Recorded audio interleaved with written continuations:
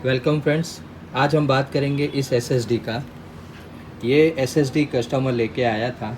इसका केसिंग खोलने के बाद इनसाइड में आप देखते हैं तो दो नैंड नहीं है और दो नैंड आईसी है और कंट्रोलर है। कंट्रोलर ब्रांड भी आप यहाँ देख सकते हैं और उसका पावर चिप है।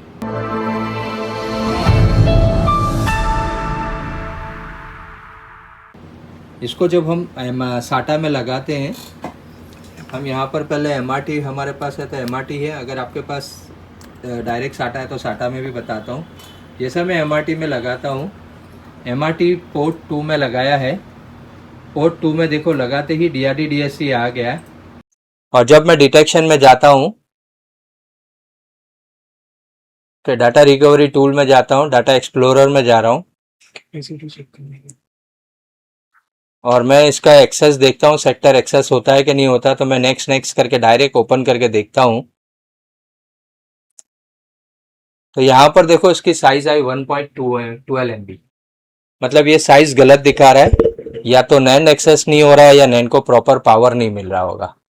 तो हम इसको दूसरा स्टेप भी बताते हैं। बैक करते हैं, बैक करते हैं, पीछे देखो पावर ऑन करते हैं तो कितनी सेकंड तक बिजी रहता है वो देखो। खास पावर ऑन करते ही बिजी भी नहीं आ रहा है, डायरेक्ट डीआरडी आ रहा है। मतलब इसमें कुछ कॉन्फ्लिक्ट है।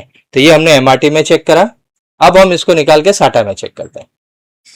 पावर ऑफ करते हैं और इसको हम निकालते हैं और साटा में डायरेक्ट लगाते हैं।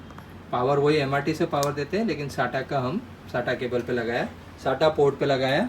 खाली पावर के लिए हम एमआरटी यूज कर रहे हैं। लेकिन जैसा पावर ऑन करा, यहाँ पर हम डिवाइस मैनेजर में जाके डिटेक्शन में देखते हैं तो यहाँ पर 1 MB दिखा रहा है। देखो ओके, 1 MB मतलब रॉन्ग साइज आ रहा है। मतलब नैंड डिटेक्ट नहीं हो रहा है, नैंड का ओरिजिनल फॉर्मवेयर लोड नहीं हो रहा है। ये मतलब क्या होगा कि या तो नैंड एक्सेप्ट नहीं कर रहा होगा या नैंड को पावर नहीं मिल रहा होगा, कुछ भी होगा। तो ये जो हमारा है ये ऑप्शन हो सकता है। तो ये हमारा जो चार्ट समझाया था मैंने एसएसडी रोम मोड, तो ये डिफॉल्ट में रोम मोड पे है। अगर स्टार्टअप होता है तो एक तो नॉर्मल मोड होता है, एक रोम मोड है। तो हमने शॉर्ट नहीं करा। हम मैन्युअली कभी नैंड चल रहा है तो हम शॉर्ट करते हैं, लेकिन यहाँ पर हमने शॉर्ट नहीं करा है। तो नॉर्मली डिफॉल्ट में वो रोम मोड पे है। रोम मोड पे क्या होता है कि ओरिजिनल फॉर्मवेयर लोड नहीं करता, वो कंट्रोलर का ही फॉर्मवेयर लोड करता है। तो ये एक प्रॉब्लम है इसमें। अब इसको कैसा चेक करेंगे कि नैंड का प्रॉब्लम है कि डिटेक्शन में आता है नहीं आता, वो हम चेक करेंगे पहले। तो हम इसके लिए हमारा टूल है ओके, रियल टेक है। तो रियल टेक का फ्लैश आईडी है, ये हम सॉफ्टवेयर रन करते हैं, रियल टेक फ्लैश आईडी। हम जैसा इसको ओपन करते हैं, इसको स्टार्ट करते हैं, तो यहाँ पर मेरे पास जितनी हार्ड डिस्क है सबका डिटेक्ट दिखा रहा है। मेरे पास नॉर्मली ज्यादा हार्ड डिस्क लगी है क्योंकि मेरा डाटा रिकवरी का केसेस चालू है। तो अभी हमारा जो है वो 8वें नंबर पे रियल टेक है, RL करके आईसी है। तो हमने डायरेक्ट साटा में लगाया, तो हम 8 नंबर को एंटर करते हैं।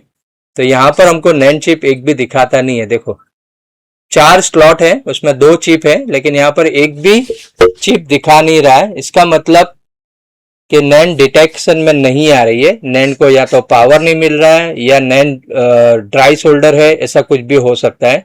तो हम इसको मैन्युअली रिपेयर करेंगे या सॉफ्टवेयर में डिसेबल भी होगा, ऐसा भी हो सकता है। तो अगर कोई ने छेड़ा होगा तो ही सॉफ्टवेयर में डिसेबल होगा, लेकिन अभी नैंड कोई भी डिटेक्शन में नहीं है। तो हमने कहा इसका क्या करेंगे, तो इससे आइडिया आएगी कि नैंड डिटेक्शन में नहीं है तो डाटा भी ओपन नहीं होगा और साइज भी नहीं दिखाएगा। हमने इसका शॉर्ट पिन नहीं करा, शॉर्ट पिन करे बगैर वो नैंड डिटेक्शन में नहीं आ रहा है। तो ये एक केस है। अब हम इसको आगे फर्दर करेंगे। तो ये एक स्टेप खाली बताया कि कैसा आइडेंटिफाई करना है कि नैंड डिटेक्शन में आ रही है कि नहीं आ रही है। कितनी एसएसडी हमको ओरिजिनल चलती है उसको सेफ मोड करते हैं, लेकिन ये ऑटोमेटिकली सेफ मोड पे गई है। सेफ मोड मतलब रोम मोड पे गई है।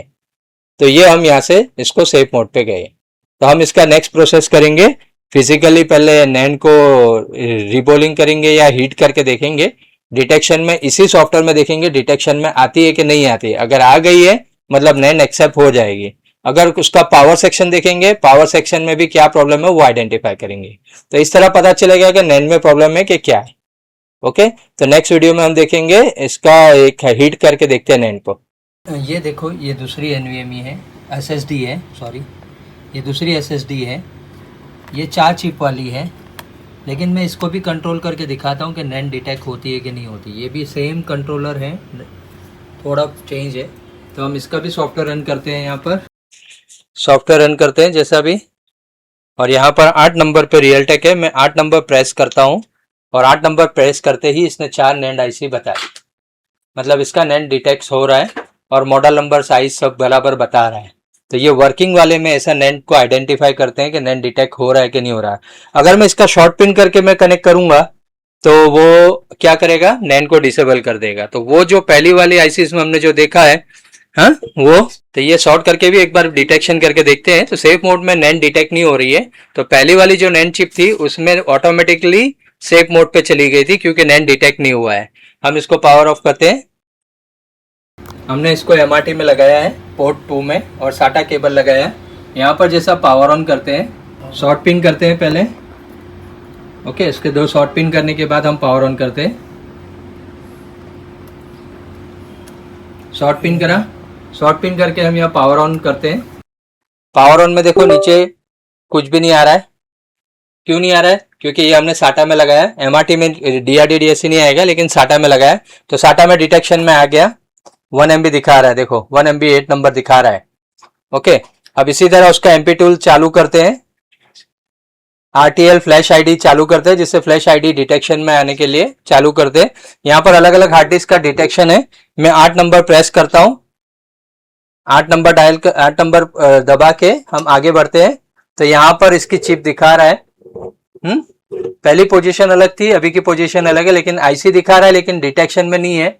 और यहाँ पर बता रहा है रियल टेक की आईसी कौन सी है, पूरा चीज यहाँ पर फॉर्मवेयर साइज क्या है, अभी 1 MB, क्योंकि इसको ओरिजिनल नहीं है। एक हमने शॉर्ट पिन करने के बाद ये दिखा रहा है, और विदाउट शॉर्ट पिन क्या दिखा रहा है वो भी देखते हैं हम, ओके। तो ये हमारा शॉर्ट पिन के साथ है। फिर से इसको पावर ऑफ ऑन करते हैं, फिर से पावर ऑफ ऑन करते हैं, इसकी सप्लाई बंद करते हैं। यहाँ से पावर ऑफ करा, ये ऑफ हुआ। विदाउट शॉर्ट पिन हम लगा के देखते हैं, तभी डिटेक्शन में आ जाती है। तो शॉर्ट पिन से फायदा क्या होता है कि इनेबल होता है, तो यहाँ से इसका देखो अभी पूरी साइज दिखा रहा है। पहले शॉर्ट पिन में 1 MB दिखा रहा था, अभी विदाउट शॉर्ट पिन में 117 GB दिखा रहा है। अब यहाँ से फिर से आरटीएल फ्लैश आईडी चालू करते हैं, 8 नंबर दबाते हैं। अभी देखो यहाँ पर सिंपल 4 आईसी आई थी, 4 नैंड आईसी दिखा रहा है, और शॉर्ट पिन में नीचे दिखा रहा था, और 4, 6, 8, 10 ऐसा नंबर दिया है इसका, देखो। और उसमें 1, 2, 3, 4 भी आ रहा था। तो अभी विदाउट शॉर्ट पिन दिखा रहा है, पहले शॉर्ट पिन वाला दिखा था, उसमें अलग अलग नंबर आए थे। यहाँ पर पूरा डिटेल भी आ गई है, साइज भी आ गई है, सब चीज आ गई है, यहाँ पर देख सकते हैं आप। और इसका फैमिली भी कौन सा वर्जन है, वो V834 फॉर्मवेयर कौन सा वर्जन है वो भी दिखा रहा है। ये विदाउट शॉर्ट पिन था, और अगर शॉर्ट पिन बगैर आ जाता है तो अच्छी बात है, नहीं तो शॉर्ट पिन करके भी कर सकते हैं। तो ये भी आप चेक कर सकते हैं, ओके।